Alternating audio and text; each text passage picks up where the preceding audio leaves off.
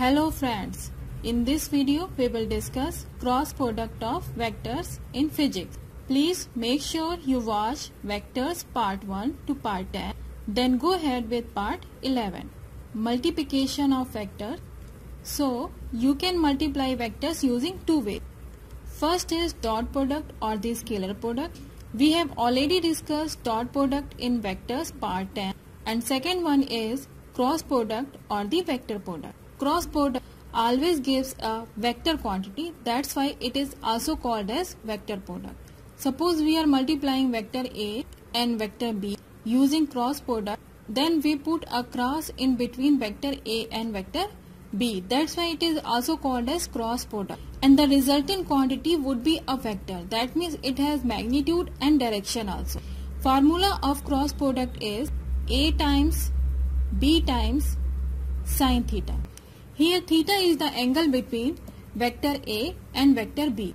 So suppose this is our vector A and vector B is angled at angle theta with the horizontal. Then the angle between vector A and B would be the theta. So A times B times sin theta. For example, in physics we have the formula of torque, which is radius vector R cross force vector F. So the cross product of radius vector R and the force vector F would equal the torque. Here torque is a vector quantity because it is the resultant of cross product of R and F. So suppose there is a pulley, its radius equals 3 meter and a force F is applied at this pulley at angle theta, and theta equals suppose 35 degree. So a force of 10 Newton is applied at 35 degree. So the torque of this force would be R cross F equals R times F times sin theta. We can plug in the values. R equals 3 meters, F equals 10 Newton and sin 35 degree. 35 degree is the angle between R and F. This will give us 17.20 Newton meter.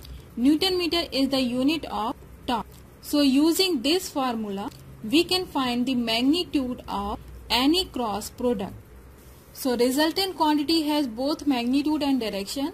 That means this torque has magnitude of 17.20 Newton meter and the direction.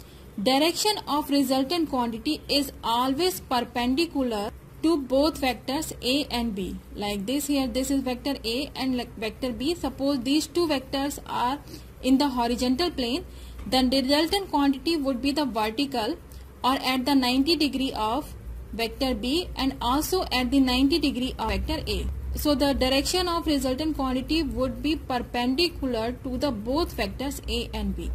So the same way, the direction of torque here would be the perpendicular to the vector F and also perpendicular to the radius vector R. We can use left hand rule to find the direction of resultant quantity, and we will discuss left rule in the next video.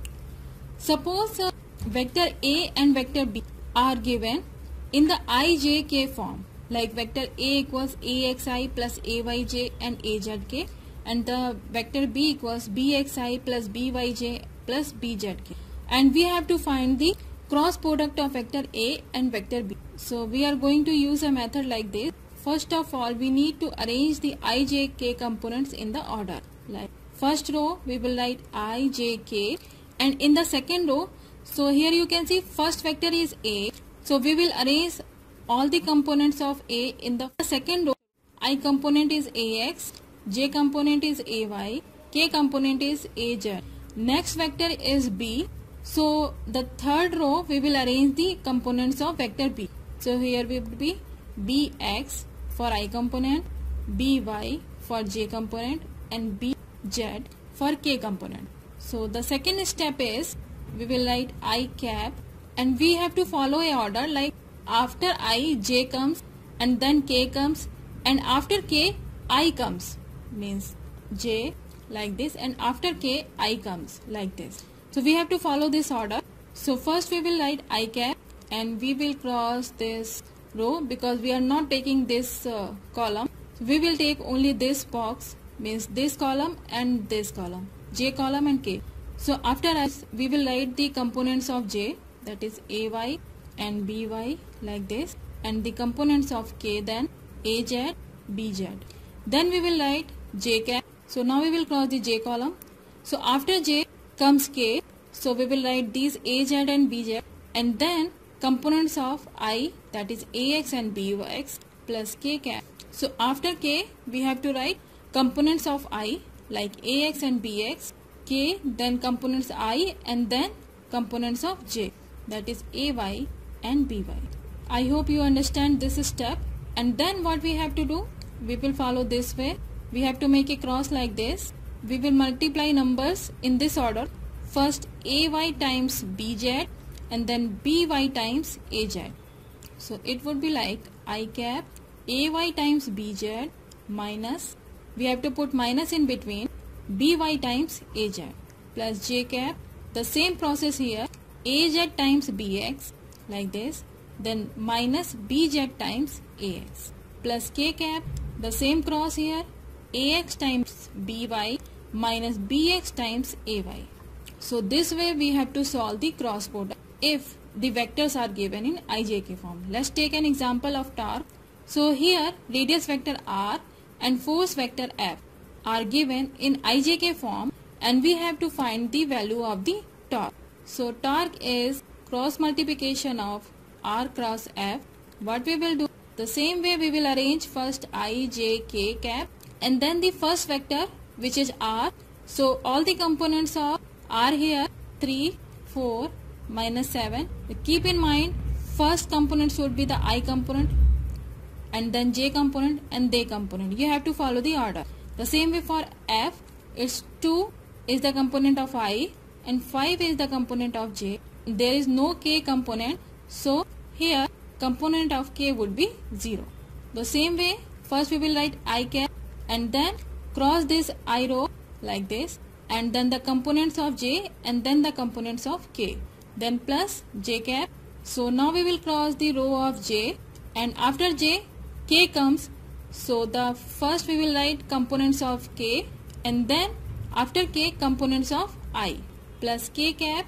Now cross the k row, and after k I comes, so components of I here and then components of j. Now we will solve it. So it would be like this, I cap, we have to multiply like this, 4 times 0 minus 5 times minus 7. 4 times 0 is 0 and minus 5 times minus 7 is minus 35 plus j cap, minus 7 times 2 is minus 14 minus, then 0 times 3 is 0 plus k cap, 3 times 5 is 15 minus 2 times 4 is 8. So this will give us minus minus plus 35 I cap minus 14 j cap, and 15 minus 8 is plus 7 k cap. So this is the value of torque in ijk form, and magnitude of torque would be, in part 10 we have already discussed this formula. So it would be square root of x component to the whole square plus y component to the whole square plus z component to the whole square. So x component is 35, y component is minus 14 and z component is 7.